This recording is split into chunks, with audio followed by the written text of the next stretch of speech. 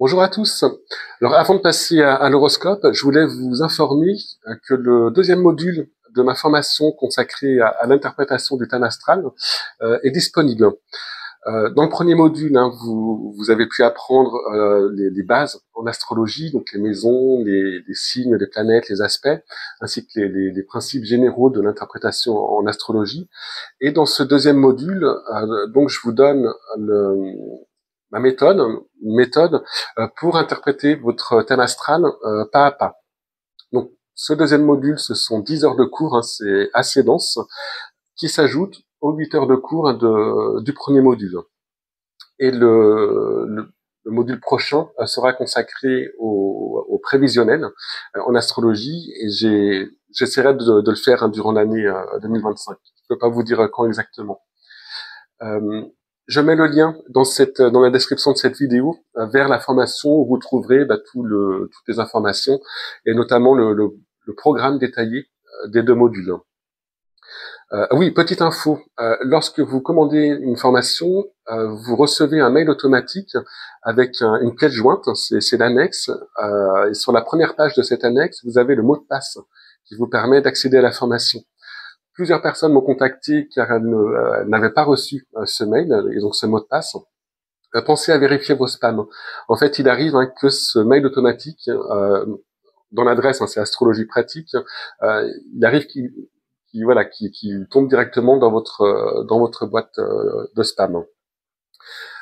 Alors, concernant le mois de février, on va voir que la dernière planète lente qui était encore rétrograde, Jupiter, repart en avant dès le 4 et elle va être rejointe par Mars, planète rapide qui ne rétrograde pas souvent, ça ne lui arrive que tous les 2 ans, donc, qui reculait depuis début décembre, mais qui repart en avant à partir du 24 février. Donc, à partir du 24, toutes les planètes seront en phase directe, il n'y aura plus une seule planète rétrograde, et donc ce mois de février a comme des airs d'impulsion, un peu comme un coup d'envoi de cette année qui sera très riche sur le plan astrologique, avec ces changements de signes de planètes lentes, entre autres, année qui indique sans doute des mutations importantes dans notre société.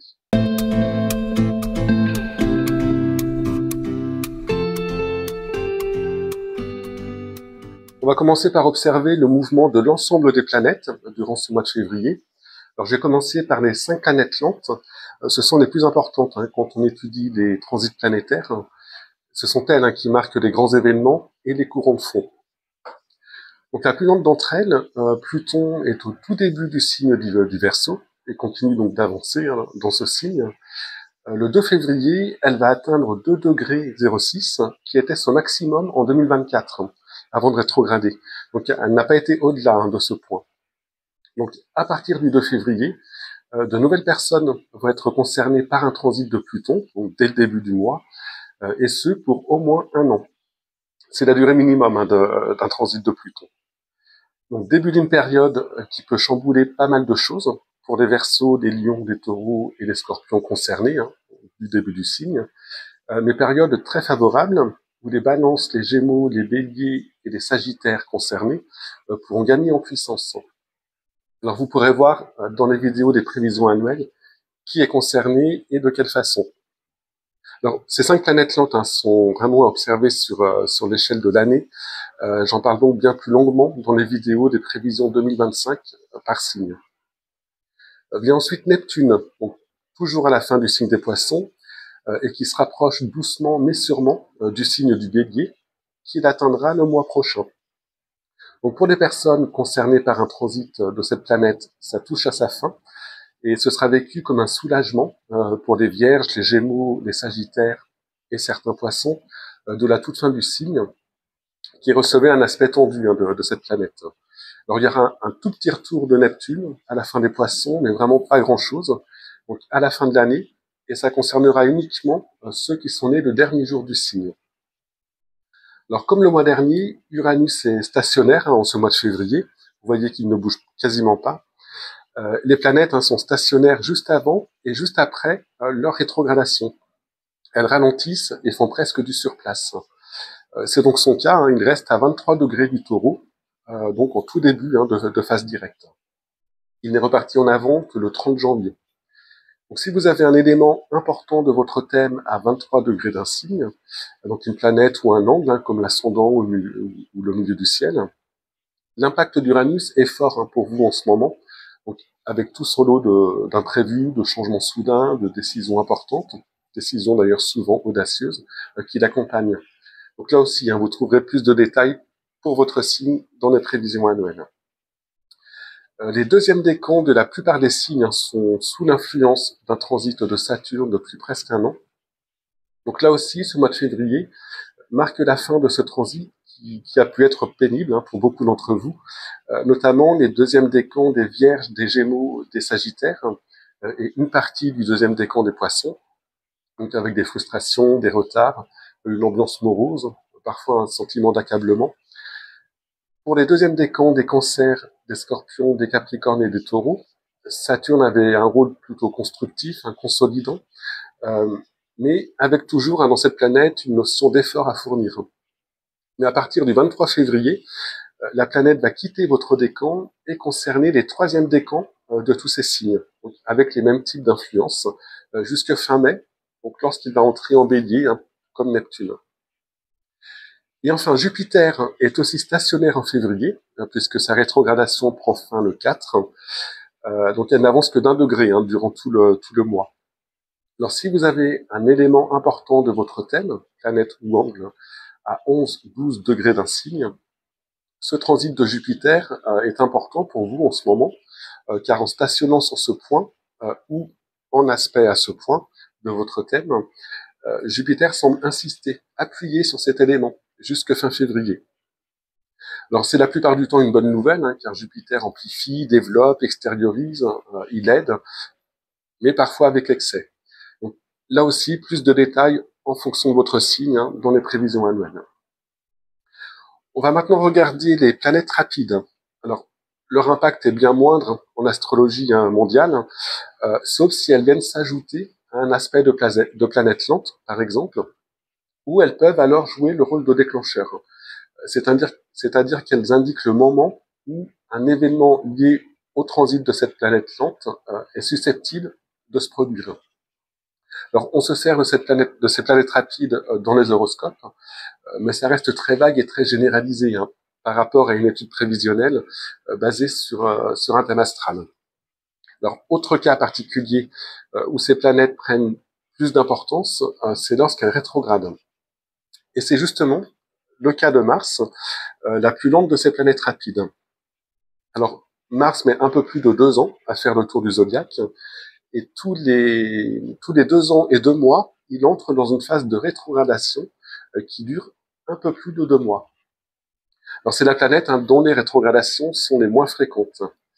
Alors, ça a commencé début décembre et ça va se poursuivre jusqu'au 24 février. On voit que la planète recule toujours, elle ralentit avant de s'arrêter le 24 pour repartir en avant. Alors j'ai fait une vidéo sur l'impact de cette rétrogradation sur les signes, dont je vous mets le lien dans la description. Alors en fin de rétrogradation, comme en ce moment, la planète nous demande de préparer la suite, de réfléchir à notre manière d'agir et de nous affirmer. Donc, réfléchir à nos motivations, nos désirs, et surtout à la manière dont on va entrer en action pour l'année à venir. Quelles seront nos initiatives? Comment on va pouvoir les imposer à l'extérieur? Comment on va se battre, si besoin? Comment on va défendre nos intérêts? Et quand la planète passera en phase directe, donc le 24 février, il sera temps, justement, de passer à l'action. Alors, ce serait le timing, le calendrier idéal pour être en phase avec l'horloge de l'univers. Alors, comme tous les ans, au mois de février, le Soleil va traverser les 2 derniers décans du Verseau et le premier décan des Poissons. La deuxième planète qu'on appelle luminaire en astrologie, la Lune, est bien plus rapide que toutes les autres, comme vous le voyez. Elle fait le tour du zodiaque tous les mois, et même un peu plus. On voit d'ailleurs qu'à la fin du mois, elle va rejoindre le Soleil et 3 autres planètes en Poissons, et former ce qu'on appelle un stellium, donc un regroupement de planètes dans un même signe. J'en reparlerai en deuxième partie de cet horoscope. Restent les 2 dernières planètes rapides, Mercure et Vénus. Alors, Vénus ne sera pas si rapide que ça, car elle se met à ralentir avant de s'arrêter début mars pour repartir en arrière, donc pour rétrograder. Ça lui arrive pas souvent, et cette année, ça va être particulier, car cela va se produire en même temps qu'une rétrogradation de Mercure, et au même endroit sur le zodiaque. Donc, j'en reparlerai bien sûr le moment venu. Donc, pour l'heure, Vénus va quitter le signe des Poissons le 4 février pour entrer en Bélier. Quant à lui, Mercure, encore très rapide, va traverser en février quasiment tout le signe du Verseau, puis une bonne partie du signe des Poissons. Donc, il va concerner presque tout le monde, à un moment ou à un autre, parfois à 2 reprises dans le mois, avec des influences différentes, même pour les mêmes personnes. Donc, le plus simple pour ces planètes rapides, c'est de vous référer à votre tableau de synthèse. Donc, il y en a 36, il y en a 3 par signe, un par décan. Vous trouverez le lien vers ces tableaux dans la description de cette vidéo. Alors, ils sont en accès libre. Je vais également les faire défiler à la fin de la vidéo. Donc, vous y trouverez des influences de toutes les planètes pour votre signe et plus particulièrement pour votre décan, donc pour le mois de février. Alors, voici l'exemple du 3e décan du Taureau. Donc, les 5 premières lignes sont celles des 5 planètes lentes. Les 4 suivantes, celles des planètes rapides. Et les jours du mois de février sont indiqués en haut. Donc, quand la période est en bleu, ça signifie que la planète forme un aspect harmonique à votre signe, et en particulier à votre décan. On voit que ce sera le cas donc tout le mois pour Neptune, et pour Saturne à partir du 23. Pour Mars et Vénus également en tout début de mois, et pour Mercure à la fin du mois. Quand c'est en rouge, c'est que la planète forme un aspect tendu, donc un carré ou une opposition, comme pour le Soleil entre les 8 et 18 février, et Mercure entre les 8 et 14.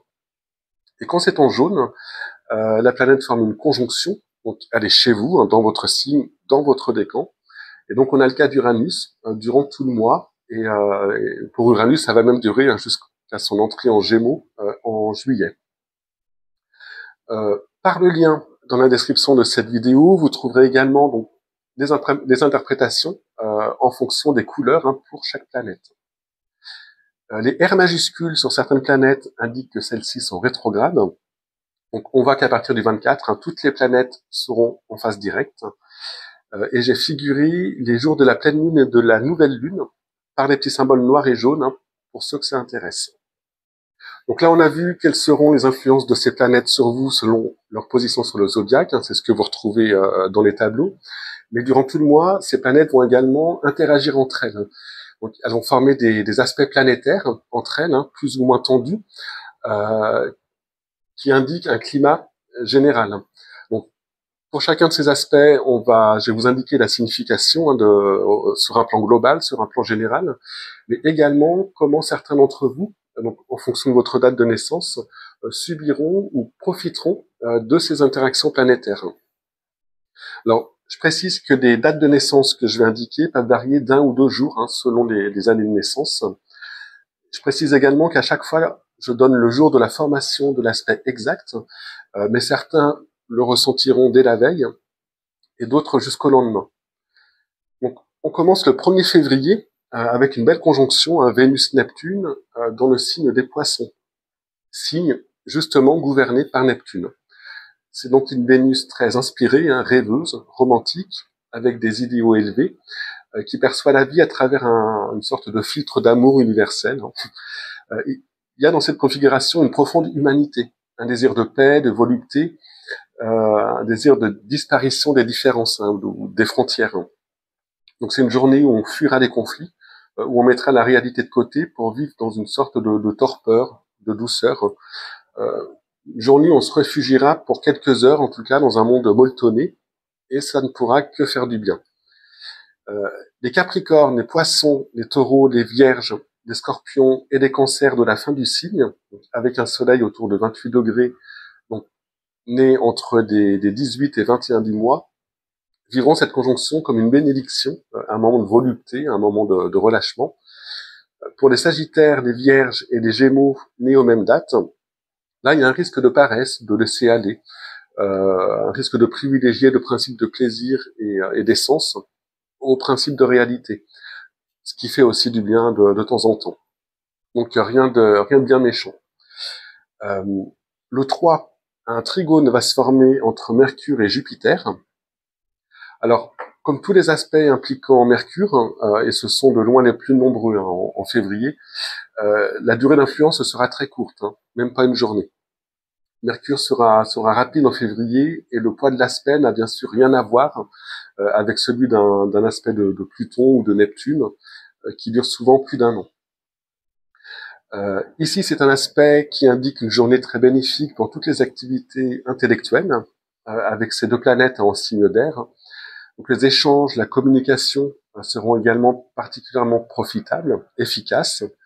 Donc bonne journée pour organiser une réunion, pour écrire, pour envoyer des mails importants, ou pour faire passer un message un peu délicat. Journée productive également si vous êtes étudiant, donc pour réviser, pour vous coller un exercice difficile.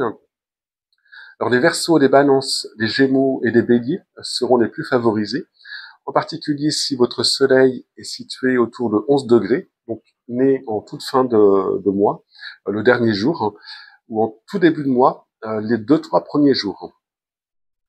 Le 7, Vénus sera entrée en Bélier et aura complètement changé de type d'énergie. Elle sera bien plus conquérante qu'en Poisson, plus spontanée, réactive, entreprenante. Et on devra compter avec le côté impulsif de ce signe. Surtout ce jour-là où elle sera en sextile à Pluton, planète pulsionnelle, planète instinctive. Pluton va réveiller des désirs parfois enfouis profondément.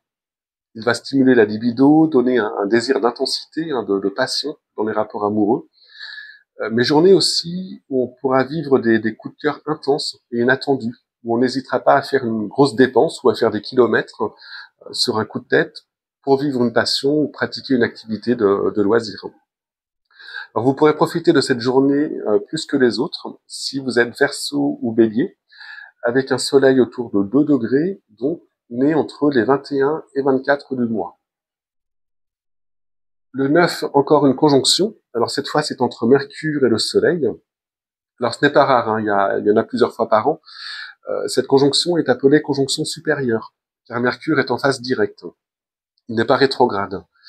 Et à partir de ce jour, et pour quelques semaines, Mercure se lèvera après le Soleil, et donc il est dit épiméthée. Et à ce moment-là, il est plus conservateur, il est moins innovant qu'un Mercure prométhée lorsqu'il se lève avant le Soleil. Alors la conjonction va se former dans un signe pourtant innovateur, le Verseau, un signe moderne, qui apporte souvent un autre point de vue, mais des idées qui pourraient naître ce jour-là seront basées plutôt sur du connu ou des expériences déjà vécues. Ce sera de toute façon une journée idéale pour la fonction mentale, cérébrale, pour ce signe d'air. Une bonne journée pour résoudre un problème complexe, pour trouver une solution. Une journée où une étincelle de clairvoyance même sera possible, notamment pour les Verseaux, les Balances, les Gémeaux, les Sagittaires et les Béliers, avec un soleil autour de 21 degrés, donc né entre les 9 et 13 du mois. Pour les Taureaux, les Lions et les Scorpions, signes fixes, nés aux mêmes dates, la stimulation de cette fonction mentale pourrait virer à la cogitation, la rumination, des pensées en boucle, qui pourraient d'ailleurs vous rendre plus nerveux. Le même jour, on verra la formation d'un trigone entre Mars et Saturne. Alors c'est un aspect constructif qui favorise la pérennisation des actions, la fondation de bases solides, la durée dans le temps de ce qui est entrepris à ce moment-là. Il nous donne aussi une certaine force, une grande solidité quand on doit faire preuve de combativité ou d'endurance. Ici, les planètes seront dans des signes d'eau et Mars sera encore rétrograde. L'aspect sera particulièrement profitable aux élaborations de plans, aux préparations de stratégies, mais aussi lorsqu'il s'agit de trouver la bonne attitude, une mise en condition, un positionnement intérieur concernant un projet futur ou un défi à venir. Vous en profiterez pleinement si vous êtes Poisson, Cancer, Scorpion ou Taureau, avec un soleil autour de 18-19 degrés, donc né entre les 8 et 12 du mois.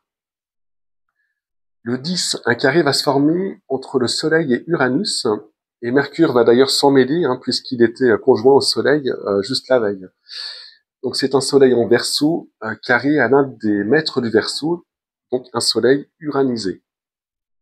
Donc là, il y a une ambiance de revendication, une volonté de clamer ses idées, son avis, haut et fort, quitte à faire face à l'adversité. Il y a un fort désir de liberté, mais aussi de se différencier des normes, hein, du conventionnel. On prendra le droit à la différence, quelle qu'elle soit, hein, surtout au niveau des idées, au niveau des idéaux, des concepts, hein, dans ce signe, hein, du Verseau. Mais tout ça avec beaucoup d'intensité, parfois trop d'ailleurs, hein, c'est un carré, dans un climat de rébellion, de défiance. C'est le carré, hein, c'est un aspect tendu. Vous serez particulièrement sensible à cette ambiance électrique si vous êtes Verseau, Lion, Taureau ou Scorpion, avec un soleil autour de 23 degrés, donc né entre les 13 et 16 du mois. 2 jours de mois pour le Verseau. Alors le 12, ce sera la pleine lune qui aura lieu donc dans l'axe Lion-Verseau. On voit les deux planètes, hein, lune et soleil en opposition. Le soleil sera toujours conjoint à Mercure et les deux luminaires, hein, soleil et lune, seront carrés à Uranus, des carrés exacts, donc formant ce triangle rouge appelé carré hanté. C'est un dessin planétaire, hein, très dynamique, d'autant plus avec cet Uranus, planète de feu, qui accélère, qui électrise, hein, qui n'est pas prévisible. Avec donc ce Mercure inclus dedans, on sent un climat de provocation, des paroles exprimées pour choquer, une certaine dureté. On est dans des signes fixes, il y a quelque chose de rigide, hein, on n'est pas du tout dans la souplesse. On veut passer en force au nom de ses idées. On sent une quinzaine, hein, qui commence de façon très tendue, où on se cramponne à ses positions. À côté de ça, les deux autres aspects assez serrés pour être pris en compte sont des aspects harmoniques. Des aspects qu'on a déjà vus, ils étaient exacts, hein, avant la pleine lune. Ce sont le trigone entre Mars et Saturne et le sextile entre Vénus et Pluton. Avec ce Mars rétrograde, on reste dans une phase préparatoire, hein, pour la suite, donc quand Mars sera direct, à partir de la fin du mois.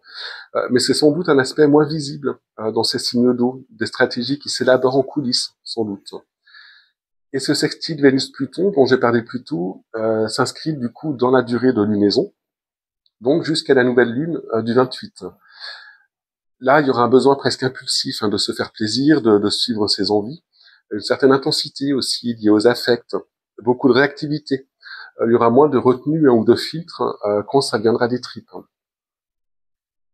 Le 20, Mercure sera entré en Poisson et se placera au carré de Jupiter, l'un des 2 maîtres des Poissons. Donc, il faudra se méfier ce jour-là de ce qu'on vous dira. Ce ne sera pas le Mercure le plus réaliste, hein, ou le plus pragmatique. Il y a un risque d'abus de confiance, un risque d'arnaque, de malhonnêteté. Ce sera plus difficile ce jour-là d'avoir un discours clair et précis. La communication devrait être plus confuse de manière générale, hein, avec la tentation aussi, hein, pour certains, d'en profiter. Donc, c'est pas un bon jour, hein, pour une réunion, pour une activité intellectuelle, pour des études, ni d'ailleurs pour effectuer des achats ou pour vendre des choses importantes. Les Gémeaux, les Sagittaires, les Vierges et les Poissons seront plus vulnérables à tout ça, surtout si vous avez un soleil autour de 11-12 degrés, donc né entre le 1er et le 5 du mois. Le 23, un trigone entre 2 planètes rapides, Mercure et Mars. Alors bien que Mercure soit toujours en Poisson, signe qu'il n'affectionne pas trop, le trigone à Mars permettra des discours plus percutants, plus efficaces, hein, directs, qui iront droit au but. Si vous avez quelque chose d'important à dire à quelqu'un, ça peut être le bon moment. Notamment si ça concerne des états d'âme, des ressentis, si la conversation risque d'être teintée d'émotions avec ces signaux d'eau. Mars sera en fin de rétrogradation et ça peut être un moment stratégique pour faire connaître ses intentions, dans quelque domaine que ce soit. Vous pourrez directement vous en servir, hein, de ce trigone si vous êtes Cancer, Poisson, Scorpion ou Taureau, avec un soleil autour de 17 degrés, donc né entre les 7 et 10 du mois. Le 25, Mercure va rejoindre Saturne pour former une conjonction. Donc, là aussi, ce sera assez fugace, hein, avec ce Mercure très rapide en ce mois de février, et ce sera perçu différemment selon les signes. Pour les Vierges, les Sagittaires et les Gémeaux, en particulier nés entre les 10 et 13, ce pourrait être un Saturne bloquant ou frustrant, qui pourrait indiquer un retard, hein, si vous attendez un courrier, un mail ou voilà des nouvelles de quelqu'un. Ça peut aussi indiquer une contrariété provoquée par une discussion ou un message reçu. Ça peut être un loupé ou un retard également au niveau des transports.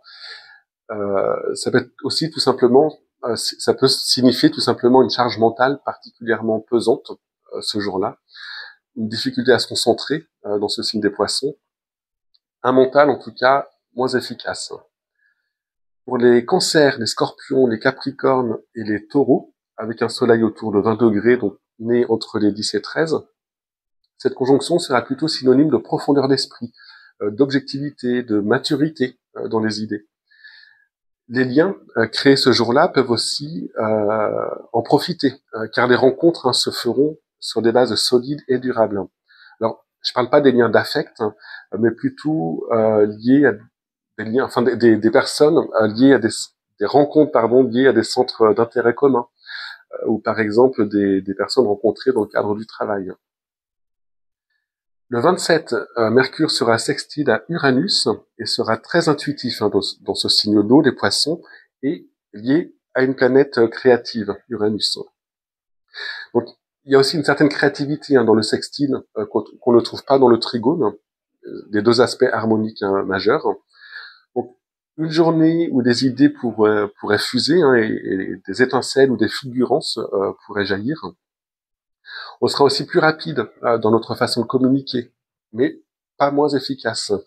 On sera aussi plus apte à comprendre ou à capter des concepts des concepts complexes.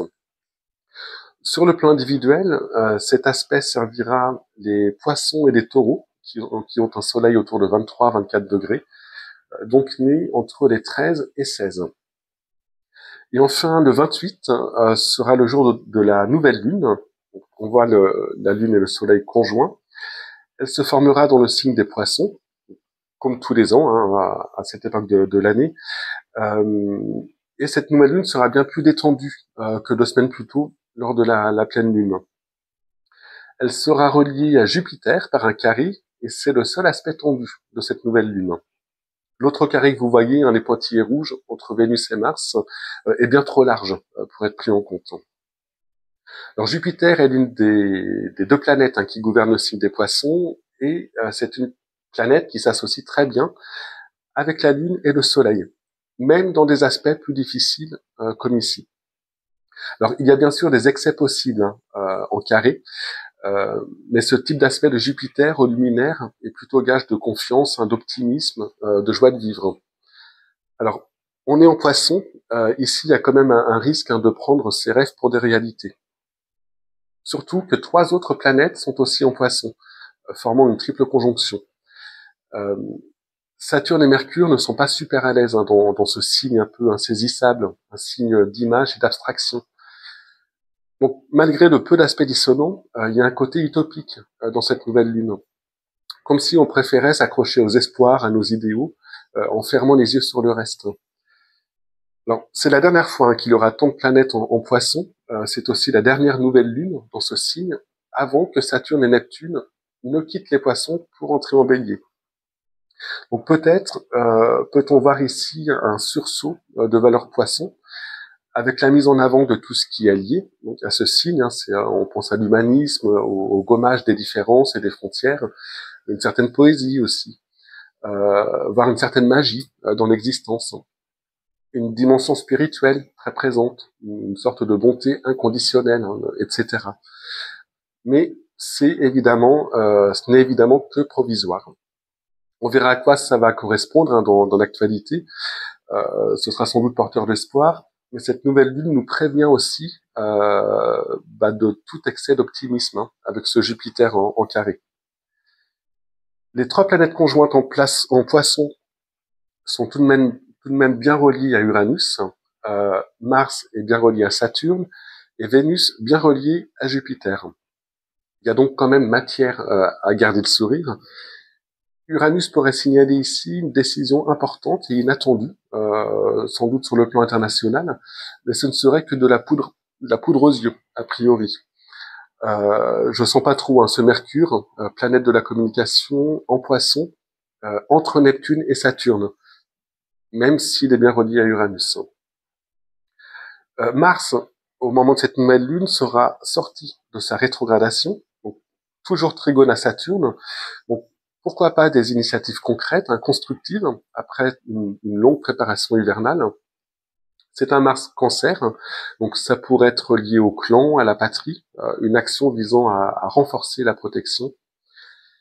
Et cette Vénus, qui est plutôt joyeuse, avec ce beau sextile à Jupiter. Donc elle est toujours pleine d'envie, en bélier, enthousiaste, envie d'en profiter, envie de se faire plaisir, sans retenue, encouragée par Jupiter. Un fort désir aussi d'adhésion avec cette planète sociale, Jupiter. Une volonté de se réunir, de voir ses proches, de faire des choses ensemble. Donc c'est une nouvelle lune plutôt apaisée, plutôt harmonieuse, mais on sent qu'elle a deux visages. Il faudra bien en profiter au début du mois de mars, donc la quinzaine qui suit cette nouvelle lune. Donc voilà pour les aspects du mois de février. Donc je vais maintenant faire défiler les tableaux de synthèse. Je vous ai montré celui du troisième décan du Taureau. Ils vont défiler dans le sens classique des signes du zodiaque, donc Bélier, Taureau, Gémeaux, Cancer, etc.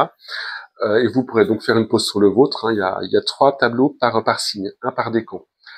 Ces tableaux, vous pourrez les retrouver par le lien dans la description, donc en accès libre sur mon site. Et par ce lien, vous avez également toutes les interprétations de ces tableaux, donc planète par planète, ligne par ligne, et en fonction de la couleur dans le tableau. Donc voilà, je vous remercie de m'avoir écouté et je vous dis à très bientôt.